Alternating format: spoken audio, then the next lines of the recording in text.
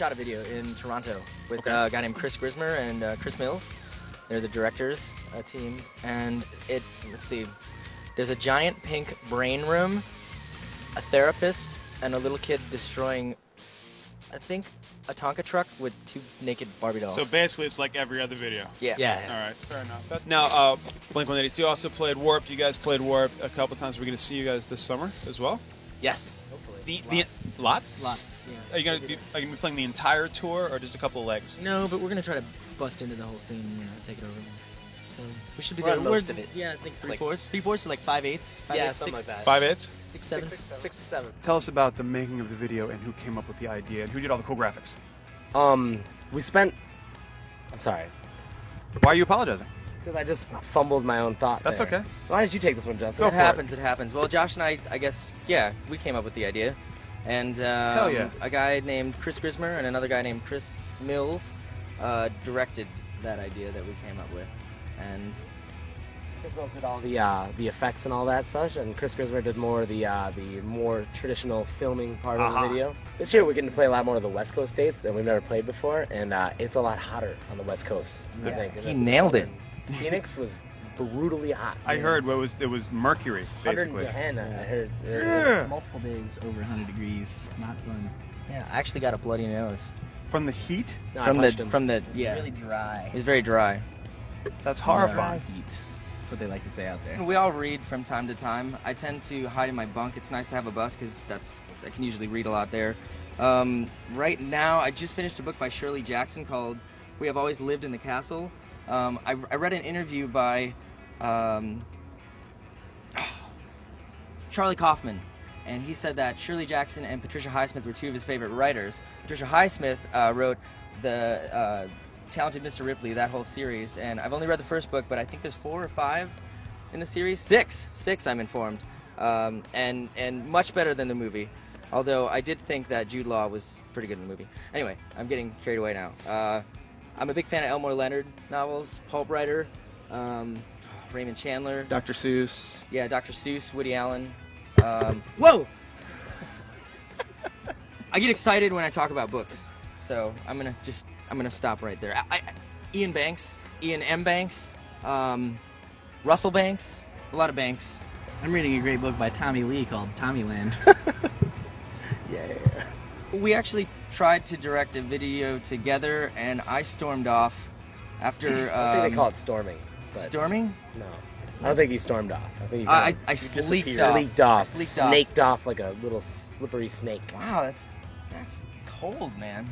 Well, they are cold-blooded. So. They are cold-blooded, yeah. But yeah, him and his brother directed the video. With him for one day. The I was working there for title one video. day, but only in. I don't know if you have body. that video by the working title, but me and Justin directed it, sort of. Well, he directed it. I just walked off. So.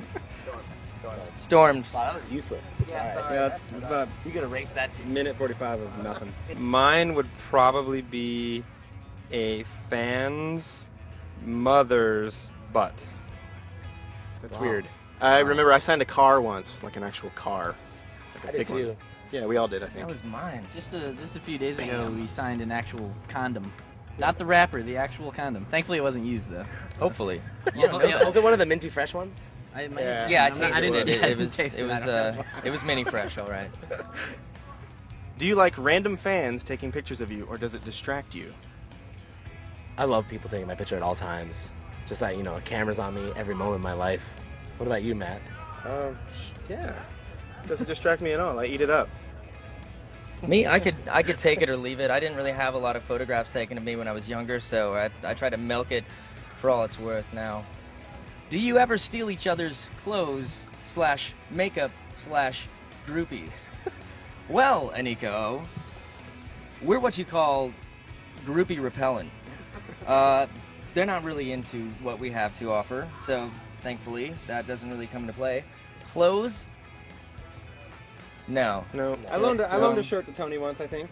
Yeah? I don't think he stole it, though. I think, Well, he you kept left it afterwards, so You it's left kinda a like work stealing. shirt in my car about 4 years ago. I've been meaning to give that back to you. It's from Pizza Luce. It's cool, you can have it. Yeah? All right. Yeah, clothes are about the only of those things that we actually have. I steal our merch girl's makeup all the time and put it on at night. Sometimes I steal her clothes, too. Uh-oh, here comes the crazy man. Uh-oh.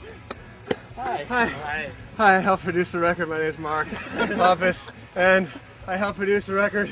And I sang a line of a song called Hangman, and hi. Hi. That was a pretty good take up until you came in and busted it out. Sorry. I'm lightheaded. I don't normally run. Here, you got one of these. Read that out. Say who it's from. This is from Anna Kay. Is this to you guys? I'm kind of. No, it's actually You can answer too. What's the craziest thing you've ever had to autograph? Go, Jesse. Already answered. It's your turn. Yeah, we already actually answered this one. Oh, I'll kick all your asses on this one. I signed a prosthetic leg. Oh, that's right. That's pretty amazing. In your hometown of Minneapolis. I'm done. Come on. Let's have one more of these things to do. Left hanging on TV. It was awesome. On the internet. Sorry, I'll let you guys go about your business. Okay, bye. See you later. Mark Hoppus, thank you. So I feel like on the Epitaph tour, like we were playing to more of an audience that we had, acquired over the years. That was kind of like a, I don't know. It seemed like the kids knew who we were, and I feel like at a lot of these shows, there's a lot of new fans. Like it's a very large tour. Like we're playing more of an aggressive set, I think, to try to like have everybody, I don't know. It feels like more like on our first Warped tour, and it feels like This tour, our goal is to bring it, if Bring you will. it.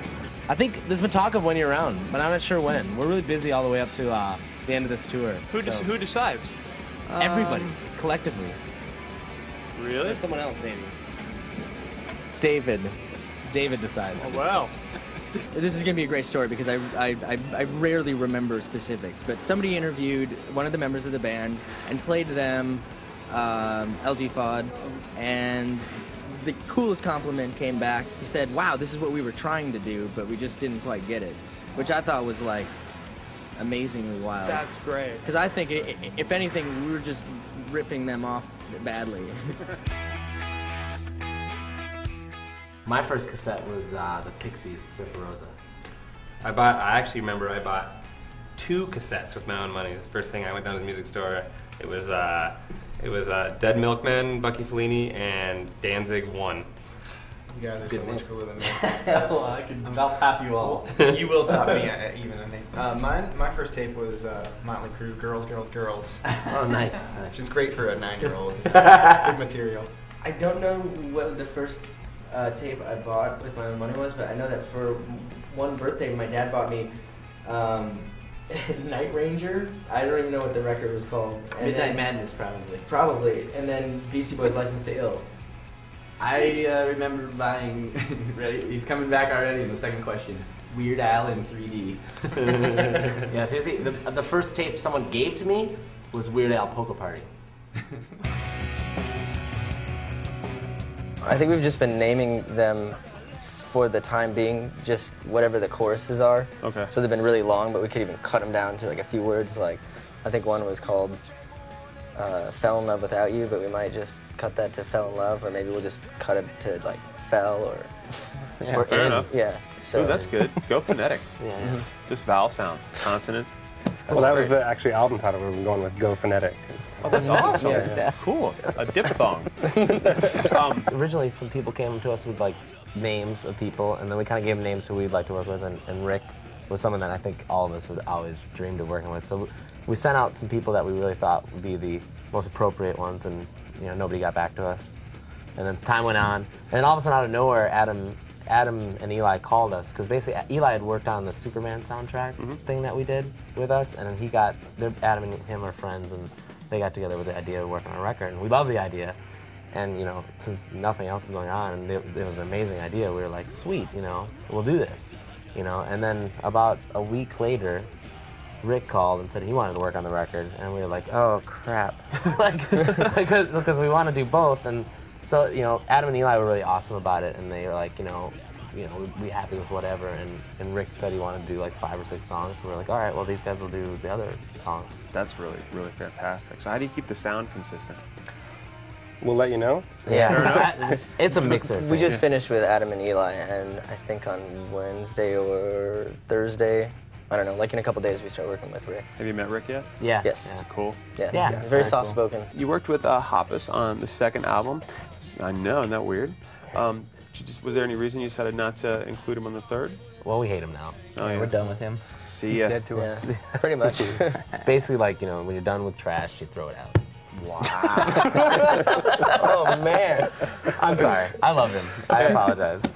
He's the nicest man I've ever met. I think he is probably one of He's the the nicest people. nicest people. Luckily, he can take a good satirical joke. Yes. A bit of whimsy is great for Hoppus. To bring Mark back into the story, for the first time ever, I felt like, I don't know how to say this, but I did feel pressurized. I'm shaking a little as I say this, but pressurized? Pressurized. Yeah. It's good. It's good. Keep going. What happens when planes get high? They pressurize Yeah. the cabins. That's what happened to me. Okay. Although, but I wasn't high. Anyway, the the thing is that I don't know. Like it's just weird because we've done something before, and then now there's an expectation on it, and I was like, oh, am I supposed to try to do something, or should I just not think about anything and just do what's happening? And I happened to bring that up to Mark, and he was like, the worst mistake you can ever make is to think about it, to just do whatever, you know, your gut tells you, or whatever. Just make music, and no matter what, it'll still sound like you. So that's kind of what I thought in the back of my head, but it was good to have somebody like him say that as well. Yeah, it's good. How many movies have you all been part of your songs? I think so far about 38. 38. No, really? I think he's lying. Give or take the first- about 35. The first one was Tootsie. That was a Tootsie? long time ago. Wow, yeah. Some of you were embryos when that happened. That must be very hard to write. Not Not as hard really. as you'd think. So when a movie wants one of your songs, do they come to you, they go through management, or do you just watch the movie and go, oh, crap, that's our song? Sometimes they, well, Actually, that that actually did kind of happened. But usually, like some people go through Epitaph, and you know, like I mean, and then we have our publishing people as Chrysalis, and they're out there trying to get songs and movies and things to do that, and it's just different ways. But Accepted, we were literally told the night before the previews started airing with our song in it, we were like, oh, okay. Yeah, not even because my friend emailed me and was like, I saw a preview for a movie and you guys' song was in it. And I was like, you're crazy, it was somebody else. And then I found out the next day that no, it was us. So eventually we had treatments sent to us, and the one that we liked the most was involved bowling. We're big, avid bowlers, as you may or may not have seen. And let's see, what else? We're big fans of Big Lebowski. Ah, true that, And brother man. this director Jay Martin really wanted to make kind of like an, you know, homage to I think Big that's Lebowski. yeah. And so we talked about it. We came up with some ideas together about like how the bowling teams were going to work, and we really wanted to dress up in characters that didn't really look like ourselves. And I think we succeeded a little bit in places. Some more than others, but yeah. It wasn't the person's fault though. Oh no, not at all. I'm just saying that like I recognized one of us Yeah, right away, but we won't give it away. We won't give it away. Yes, for sure. Yeah. We started we got up at 3 a.m. and we were finished by 6 p.m. Yep, right around there. Something like 15 hours. 15 hours. in a bowling alley. And I got home and slept like I've never slept in my life before. Yeah, I don't think we didn't fly till the next day, right? So yeah, No, we it went was- back and went to bed basically right away. It was actually, I think it was probably one of the funnest videos I've ever been a part of. Everything was just figured out for us, and there was food, there was coffee, there was like everything. Just Those are really the only things that It's make easy. Justin happy in life. is Food and coffee. No, but there's also a lot of friends of ours who were just hanging out, and they ended up in the video. yeah. And I think Claudio, yeah, the yeah. drum tech. Yeah.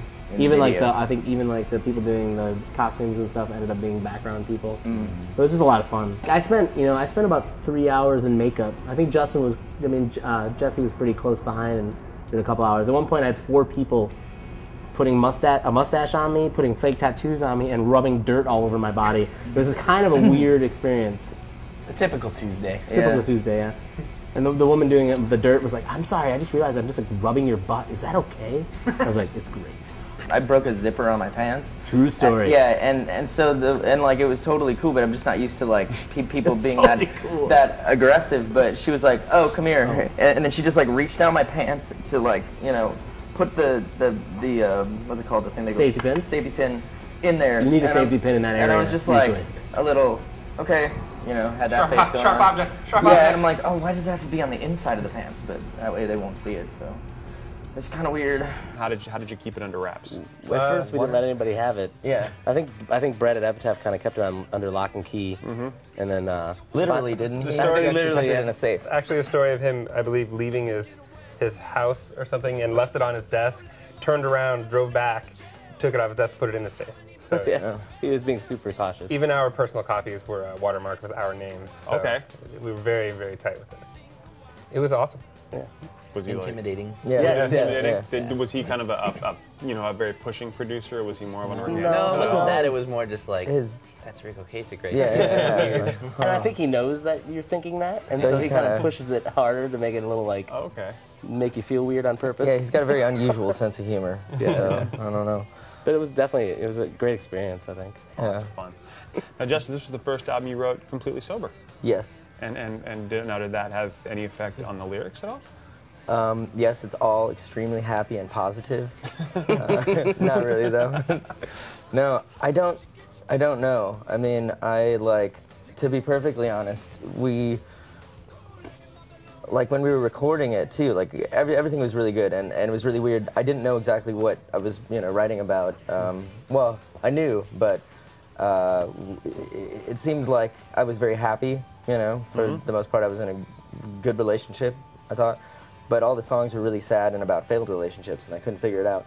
And then about a week before we finished recording it, my girlfriend and I called it quits, and then everything kind of made sense to me. Okay. It's like the whole thing we were talking about subconsciously. Subconscious moves in. It was yeah. like, oh, I get it. But it was like right there, but I couldn't look at it. So I don't know. You guys love the Mall of America, or is it too big for you? It's too big for me. All right, Brennan.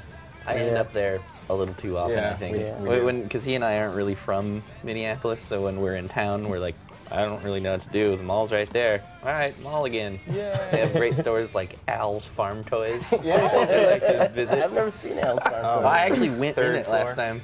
They have sweet bumper stickers and stuff you can buy that says my other ride's a John Deere and stuff like that. That's great. Yeah. After they took away all the cereal, there's really no reason for me to go there anymore. Amazing record. The third album. You got to work with some amazing people, some wonderful guests. You had Max Bemis from Say Anything, and our good friend Sean Harris from The Matches was on here. Yeah. Now, The Matches, you guys are all on the same label, but Max, you guys just toured with him, you buddies, just called him up? Have we actually toured with him? No, we've never actually toured with them. We just, somehow He know happened to him. be I don't even remember how we know him. recording at the time. Okay. So he was in town, so we just called him across town, basically.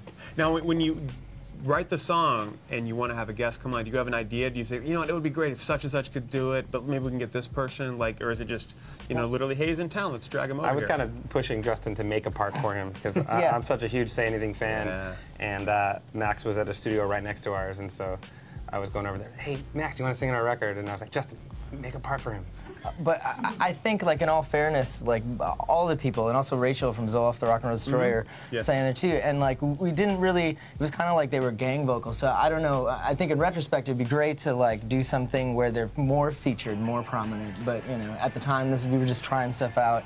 I can tell a little story. I don't know if this is interesting or not, but while we were actually writing the song "This Is for Real," I'm sorry. It Had to Be You. Yes. We were in a studio. And Regina Spektor happened to be rehearsing there, and we got to meet her, and I was very scared and, nervous and all weird, but she was really sweet. And so I kind of wrote, the lyrics of that were supposed to be a duet, one line was me, one line would be her, one line was me, one line would be her. But it never panned out, and I'm chicken, so That's yeah. okay. But anyway, so that's the story behind that was so it's kind of interesting how one thing happens and then that sort of works into what you do and then it changes, It just alters as the album is recorded. I figured that was kind of related, but I don't know. It is related, and we all followed. It's from Dan. It says, I was at the show on Saturday night at Starland Ballroom and got Tony's set list. Thief. Good Lord. I was wondering why certain songs have the number 8 next to them and others are underlined. Secrets. Secrets and lies. Are you part of a secret society? Yes. Okay. But unrelated. The answer is very unexciting. Everyone ready? Yes, go for it. The secrets are being revealed here. Okay. It's not really underlined. I mean, it is, but those lines, it's not just for me, it's for everybody. Justin switches guitars when those lines happen. A lot. That's what the lines are for. That's fascinating. And the eights are we play to a click track now, so we all have this constant that in our ears. Yes. And the faster songs, we let it click out 8 times instead of the usual 4, since it's a little faster. It's just a reminder. Inside the mind of Motion City Soundtrack. And if you see Jesse's one, it has like P's and S's on it, which is even Pianos weirder. and strings. Love that. And what I love more is you guys playing. Well, Josh and I have been together since 1997.